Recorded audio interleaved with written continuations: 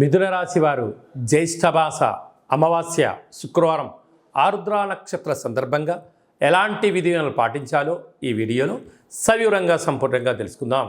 మిథున రాశిలో ఏ నక్షత్రాలు వస్తాయనగా మృగశిర నక్షత్రంలోని 3వ పాదం 4వ పాదం, ఆరుద్ర నక్షత్రంలోని 4 పాదాలు, పునర్వసు నక్షత్రంలోని 1, 2, 3 పాదం కలిపితే మిథున రాశి.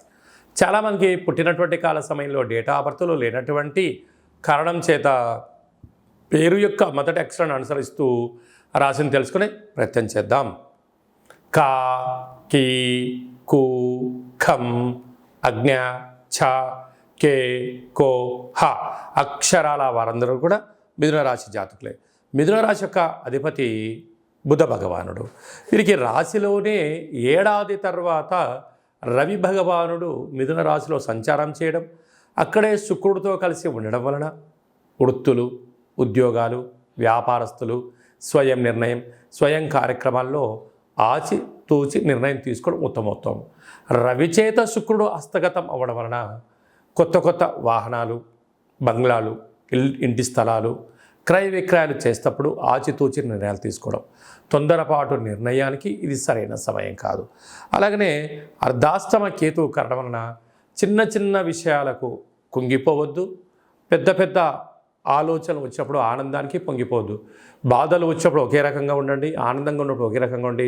కనుక చిన్న చిన్న విషయాలలో ఎలాంటి మార్పులు చేసుకోకుండా స్థితప్రజ్ఞత, ఓపిక, పట్టుదల, సహనమే మీ విజయం అని చెప్పి గమనించగలగాలి.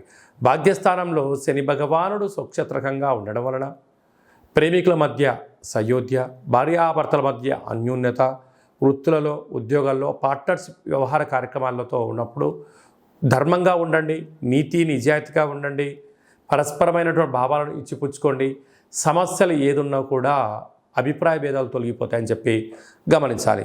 రాజ్యస్థానంలో రాహు సంచారం చేయడం వలన మీ ఎదుగుదలను అనేక మంది గమనిస్తున్నారు.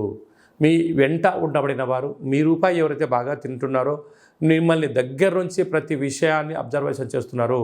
మీరు ఎక్కడైనా తప్పులు చేస్తారా, అక్కడ దానిని పట్టుకొని మిమ్మల్ని సతాయించాలి అని కొందరు ఎదురు చూస్తున్నారు.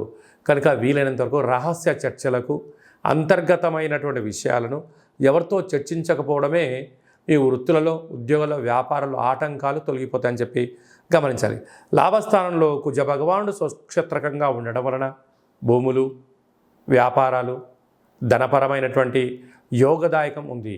వ్యయంలో దేవగురు బృహస్పతి ఉండటం వలన ఆధ్యాత్మికమైనటువంటి తీర్థయాత్రలు, దానము, ధర్మము, మెడిటేషన్, యోగా అలాంటి కార్యక్రమాలు చేసుకోవడం వలన మనశ్శాంతి కలిగి మీరు అనుకుంటున్న విజయానికి చాలా దగ్గర అవుతారు.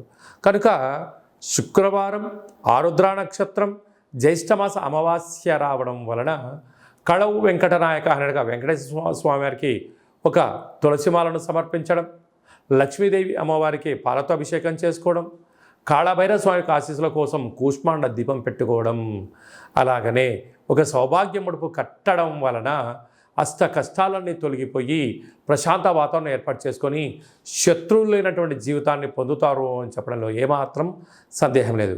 కనుక వ్యవసాయ సోదరీమణులు, గృహ భవన నిర్మాణ కార్యక్రమం చేసేటువంటి వారు, సాఫ్ట్వేర్ ఉద్యోగస్తులు, స్వయం వృత్తులు, రెస్టారెంట్ నడిపించే వారందరికీ కూడా ఓపిక, పట్టుదల వలన విజయం మీ సొంతం కాబోతుందని చెప్పి గమనించాలి.